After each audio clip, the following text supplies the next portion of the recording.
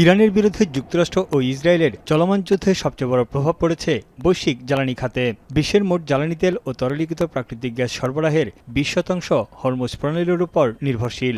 এই প্রণালী অবরোধ করে বিশ্ব অর্থনীতিকে অনেকটা কোণঠাসা করে ফেলেছে ইরান। উপসাগরীয় অঞ্চলের তেল রপ্তানি কার্যত এখন তেহরানের হাতে। যুদ্ধের প্রভাবে যুক্তরাষ্ট্রের ছোট শহরগুলোতে জ্বালানি তেল ও গ্যাসের দাম বেড়েছে বহুগুণ। এতে বাড়ছে তাদের জীবনযাত্রার ব্যয়। ইরানের যুক্তরাষ্ট্রের চলমান পদক্ষেপ নিয়ে মার্কিন নাগরিকদের মধ্যে দেখা দিয়েছে বিভক্তি। I love Donald Trump, man.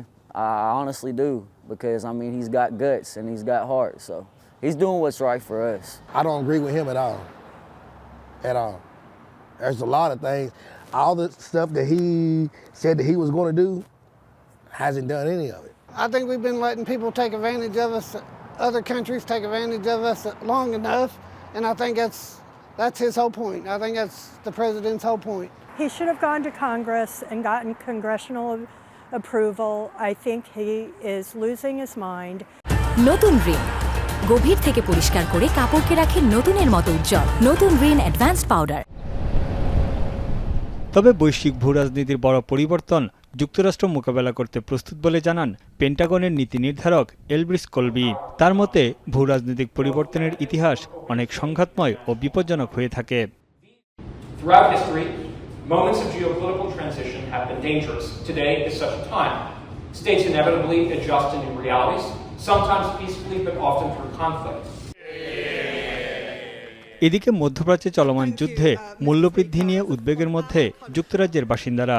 তাদের সহায়তায় সুপারমার্কেট ও ব্যাংকগুলোর সঙ্গে বৈঠক করবেন ব্রিটিশ অর্থমন্ত্রী। পার্লামেন্টে তিনি বলেন, নির্দিষ্ট কিছু কৃষি ও খাদ্যপণ্যে শুল্ক হার কমানোর পরিকল্পনা করা হচ্ছে। অতি প্রয়োজনীয় পণ্যগুলোকে অগ্রাধিকার দেওয়া হচ্ছে। শুধু ইরান নয়, লেবাননেও হামলা অব্যাহত রেখেছে ইসরায়েলি বাহিনী। এরই মধ্যে একটি প্রতিরক্ষামূলক বলয় তৈরির জন্য দক্ষিণ লেবাননের একটি বড় অংশ দখলের ঘোষণা দিয়েছেন ইসরায়েলি প্রতিরক্ষামন্ত্রী।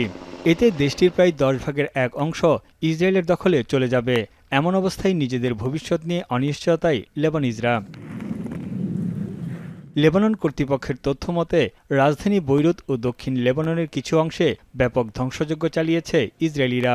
প্রাণহানি হাজারের উপর, বাস্তুচ্যুত 10 লাখের বেশি মানুষ। তানভীর জনি, এখন বিশ্ব।